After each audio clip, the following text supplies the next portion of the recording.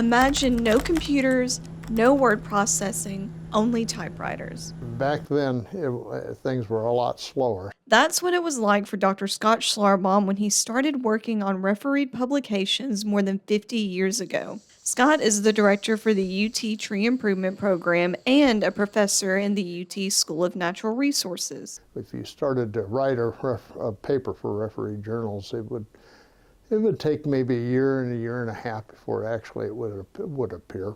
Refereed publications are peer-reviewed articles detail research methodology and results. People can find them in academic journals for a range of topics including forestry.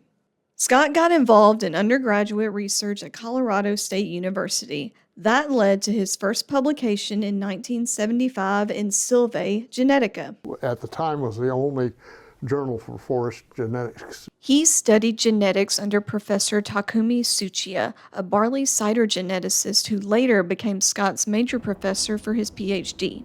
I worked with barley for about a semester, then he says, "But you're a forester, do you have any trees?" I said, "Well, yeah, I do. I had in the forestry greenhouse, I had brought back some giant sequoia seed from a trip out to California and some incense cedar seed, also from that trip, and I had them growing." He said, "Well, go over." He says, "What's been done in them on the chromosomes?" I said, "Well, I don't know. How do I find out?" He said, "Well, you go over to biological abstracts and forestry abstracts, and you look through the literature to see what's been done." Now, those were over in the library, and they were big, huge books with published abstracts, just the abstracts of everything that had been published in the world.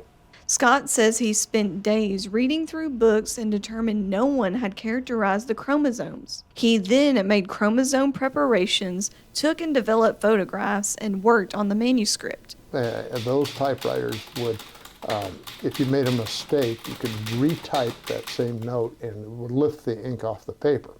So if you made a mistake in those days, you had a choice of having something called whiteout, which was kind of a whiteout, kind of a pasty-like substance.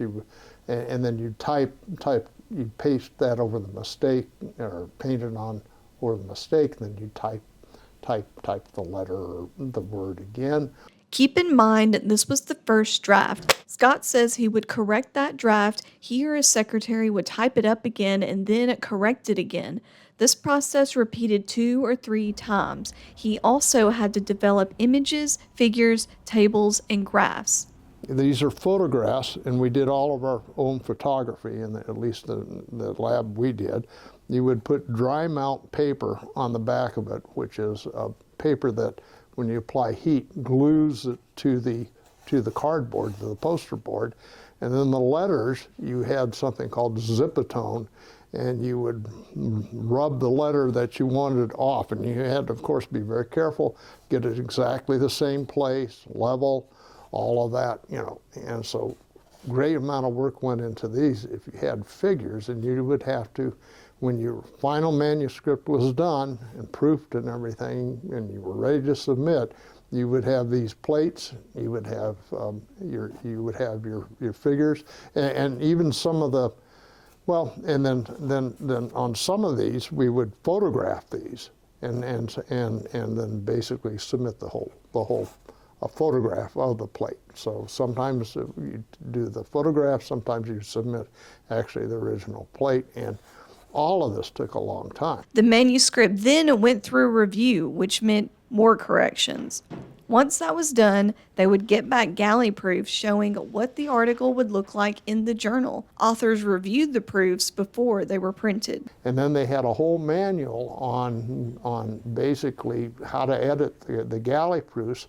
And so if you saw a mistake, you wouldn't just correct it. There was printer codes, and there were symbols, and you'd have to put that on the outside margin and then show where it occurred. So it was like a whole different language there, and you would have to do that. And you'd have to get those galley proofs back within, you'd have to address them immediately. You had to get them back within 3 days because they needed to basically print it and then set up their machine and the typing and for something else. So they couldn't leave it sitting around for 2 months, waiting for you to make the changes. Scott says more and more people started using computers in the early 1980s, but that wasn't the case at first when he came to UT. In 1984, they didn't have any computers.